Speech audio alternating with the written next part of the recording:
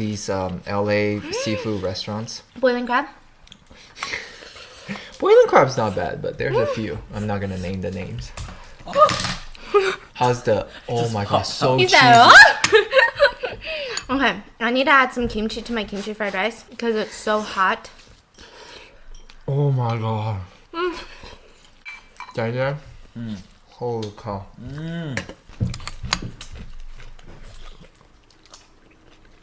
10 out of 10. This cheesy egg mixture, holy cow. It is so delicious. Good job. Do you suck the head on this one or no? Oh Yes. my god. Damn. It tastes like a beautiful hot pot. Holy cow. I really think Yeah. food, like good food, can actually make someone change their mood. Mm-hmm. So fast. Yeah. So quick. Oh my god. What? The crawfish is so good. It tastes like a hot pot. Oh my god. Holy cow, it's so juicy. The meat is so tender. Are you okay, Dan? So hot. You're like blowing a tornado over there. Yeah, it's really hot though. I almost burnt my tongue the first bite. Oh my goodness. I've never had crawfish this good.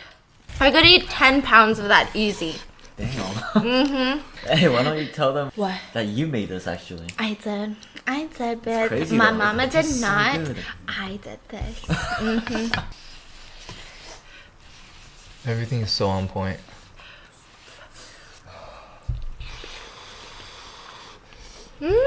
Wow. This is better than like eating out at a restaurant. Right? Seriously. Well, we can't really eat out at a restaurant too either, so... Oh my god, that got so Yeah. sad. I'm not trying to toot my own horn. But like normally my kimchi fried rice is not this good. It was never this good. Yes, sir. More kimchi. More kimchi. You want more kimchi? Yes, sir. More kimchi, bruh. Let's get into today's scary stories. Now, today's scary stories, some of them have been requested by you, and I've got a short collection of creepy crawlers that will make your skin crawl. The first one takes place in good old Japan. And you know a Japanese scary story is going to be pretty scary. So in Japan, it's late at night one day when this young girl, let's call her Jessica, is coming home from work, and she takes the subway like she does every single night. And so she gets onto the subway and she got excited. And Jessica says, holy cow, I got a good train. This one's empty. And so she decides to sit down in the middle of the subway. And peculiarly, she was facing an older woman with two old men sitting next to her. Now, there's nothing weird about that, but it was the fact that this old lady just kept staring at her. And so she's sitting on the subway. She would look away. And this lady would just... At her? Staring at her? That's so The creepy. two men weren't staring at her, but this old lady kept staring at her. And so she's like, gosh, what's wrong with this lady? Holy cow, this cheese. I'm gonna wrap it in some kimchi fried rice.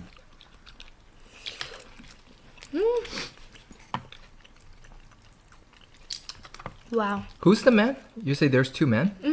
Sitting where? On each side of the old lady.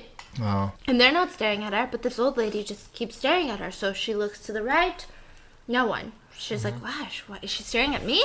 Looks to the left, no one. She must be staring at me, right? And she's like, but you know what? Sometimes old people do that, right? Sometimes they stare. Sometimes they don't like your hair. Sometimes they're just zoning out. So she starts going on her phone and looks up, and the lady is still staring dead at her. And so she starts feeling really uncomfortable. And the door opens to the subway, and a man in a trench coat walks in. And he sits right next to the young girl. So she's like, I wonder if this old lady's gonna now stare at him.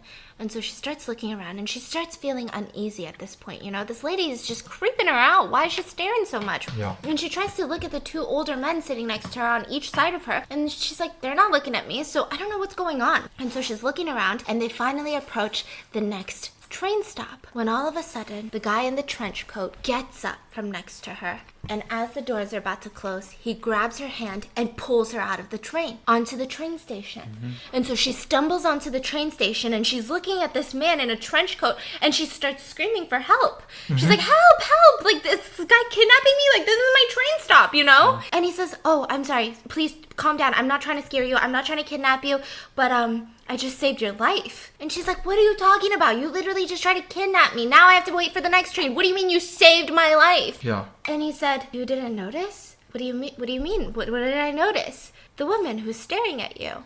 What about her? She was dead, and the two men next to her were holding her up and supporting her body.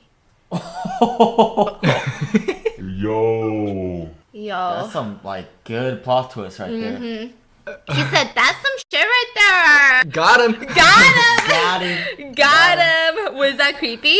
Wait, that's it though? That's the story? Yeah, bruh. Dang. Yeah. Have you ever seen a dead body before? Yes, Oh yeah, how'd up with you? our grandpa. Oh, no, that just got really sad, guys. Oh. Yeah. Yeah. I feel like dead bodies are really scary until you know them, and then it's just sad. Then there's like police. They have like a whole file of crime scenes. Not only crime scene, but like accidents, car accident scenes. People say that's the worst thing you can ever watch. Because there's dead people. Not just dead people, but car accident. Can you imagine? Because everything is just kind of all over the place. If you die from a car accident, or even a really bad car accident, there's a lot of blood, lots of limbs everywhere. Glass mixed with limbs. Yeah, just Yo. things are just all sorts of fucked A lot up. of the times cars burst into flames.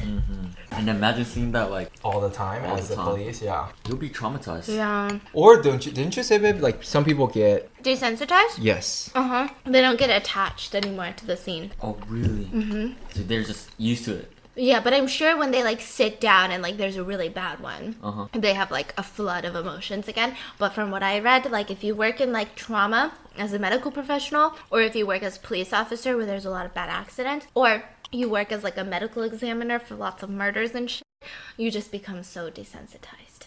Like you can't emotionally get invested in every case. You know, you just have to treat it. Like I heard firefighters too. Really? Because a lot of the times, people make very intense noises when they're on fire. burning. Oh.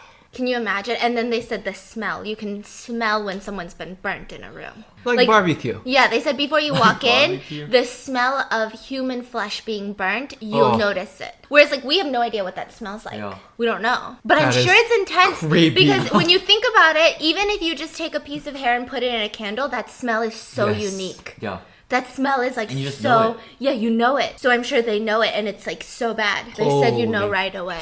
How? There's a story, then. Hold on, let me think for a sec. He said, let me think for a sec.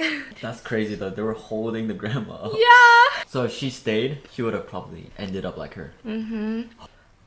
Is he still thinking?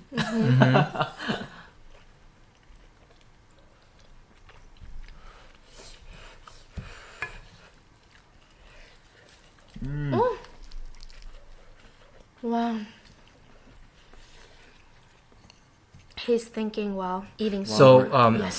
there's someone who runs a like buns with me inside. So there was a period of time that they are running out of meat, and finally they got some fresh meat, and then they start selling his bao, and then all of a sudden people fall in love with it because they say that his bao tastes so much better with this, imported pork meat or whatever. It's like tastes so good. Everybody's lining up to buy it, and then somebody finally. Today, John and Susie, which they're married, they went to buy it, right? They bought some bun and went home. And John tasted it, and John said, why are you laughing?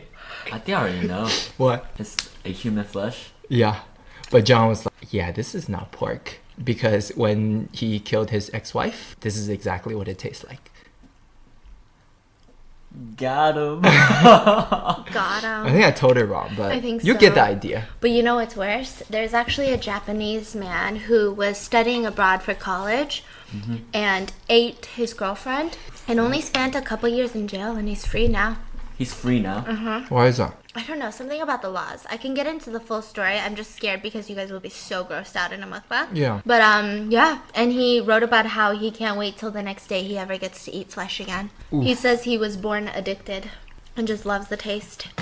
Is that not scary? When did he start eating? We don't know. I'm sure he's not trying to go to prison again. There's a grandma Yeah. who's like super into like budgeting. She lives in this apartment. After a while, she noticed that there's she checked her power bill, right? She feels like her power is always a little overpriced. So she's like, that's so weird. There's no way I spend this amount of money on power every month with the way I control my electricity, right? Yeah. So she decided to investigate. So she tracked all her power line, tracked every appliance, see where the power is, which appliances consume how much power. Found a little cord, power cord, just connects into the ground. And she was like, this is so weird. There's an extra power cord here. Why does it connect to the ground?